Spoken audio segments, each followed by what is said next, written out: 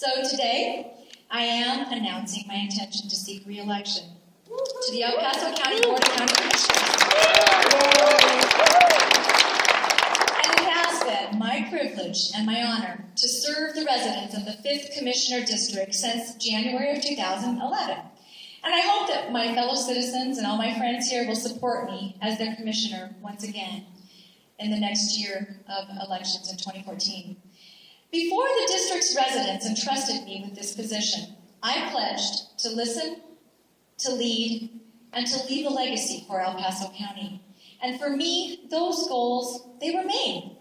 I will do so as a public servant because that's who I am. I don't consider myself a politician. And many of you have heard me distinguish those before on how you know.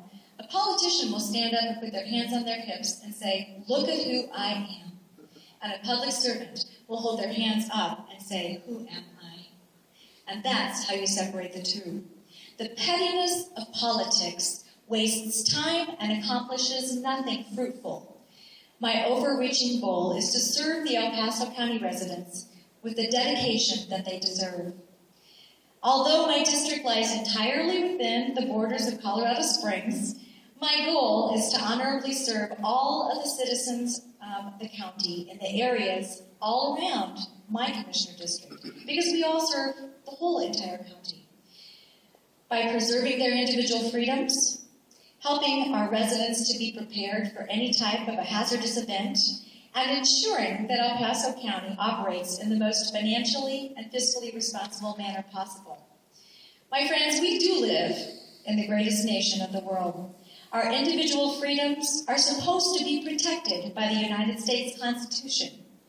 Recently, however, we've seen far too many infringements on our liberties by federal and state legislatures. Not any of these legislatures, by the way. And we've seen activist judges rise and become appointed. This is a trend that I think all of my friends here would agree absolutely must stop. And the buck stops with us. To that end, since my election, I've kept a close watch of the actions of the United States Congress and the Colorado legislature. I've led the fight at the county commissioner level, whether it's been limitations on gun rights, standing up for the Second Amendment, or overreaching governmental intrusion. And I must tell you that the prognosis for your individually constitutionally guaranteed rights, those unalienable rights that God has given us, is not good. To name just two, these actions are being taken which threaten our protection from unreasonable search and seizure and our Second Amendment right to bear arms. There are those who have called our Constitution a living document, subject to change in order to keep up with the times. Well, I think everybody here disagrees with that.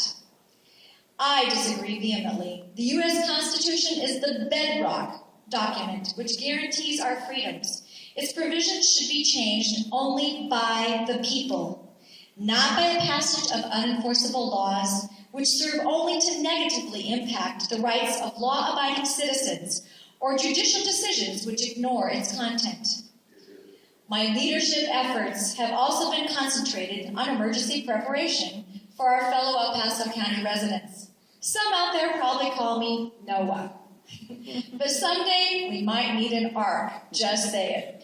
I serve on the Governor's Homeland Security and Emergency Preparedness and Advisory Council. And in a few minutes, I'm going to be telling you about another new program that I'm starting, which is citizen-led, which will provide our citizens with needed communication assistance when hazards like fire, floods, or extended power outages strike. I've listened to the concerns of my constituents. In the areas of term limits, I've listened to you. Gun rights, I've listened to you. Governmental interference into your lives and the ongoing need to carefully monitor government spending, I've listened to you. Notably, not only in the federal government, but here in El Paso County. I appreciate ongoing citizen input. No matter which side of an issue you might be on or what your opinions are, I know that you will be heard, and you know that I will listen to you. I will continue to make well-informed decisions on your behalf. even if they may not be publicly popular or politically privy. And there will be many more opportunities for me to listen to your concerns as the campaign progresses over the next 17 months. The legacy that I hope to leave is really pretty a simple one.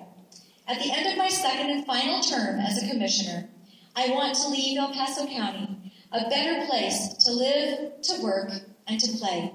I want our citizens to have the right to defend themselves and to be provided for in the Bill of Rights, and to live unbothered and untethered and unfettered by the government growing too powerful at every level, and the ability to be personally prepared for any emergency that you may encounter. Of course, we're going to work on living within our means, financially and fiscally, attracting new jobs here in El Paso County, and protecting the beauty of our area that we all enjoy. But at the end of the day, these goals, as critical as they are, they mean nothing if our individual rights are threatened or taken away. I'm looking forward to the next year and a half as I continue to meet with individuals and different groups in my district to listen to what's on their minds, to share with them my objectives for a second term. And I believe that together, all of us together, we can craft a plan to make El Paso County a greater place to live, work, and play.